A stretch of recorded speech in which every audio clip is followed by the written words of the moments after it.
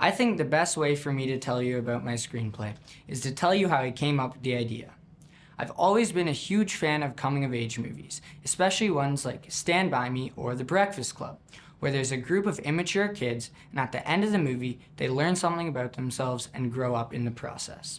Well, when I was in grade 10, I could not find the right group of friends, and as a result, I got into some trouble. And then in the summer of grade 10, I went on a 1-month canoe trip and was absolutely transformed into a completely different person. So I started thinking, what if a misbehaving teen is sent on a 1-month canoe trip to rethink the life he is creating for himself? And that is exactly what happens in my dramedy, The Power of Nature. Luke is a grade 9 student known as the stereotypical jock who constantly parties with his friends and gets into trouble. So when his parents go out of town, he decides to throw a party. But his plan backfires when his mom figures out and punishes him by sending him to camp on a 1-month canoe trip.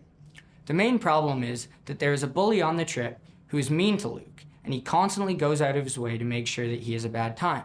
So when the out-trippers are taken out of the situation and the campers are forced to fend for themselves, Luke must put his differences aside and step up as a leader to save the trip. He must forget that he is a lazy city kid who does not feel comfortable in the woods. And he must forget that the bully is constantly trying to harass him. And this all seems impossible because Luke is extremely selfish and does not take into account what's best for others.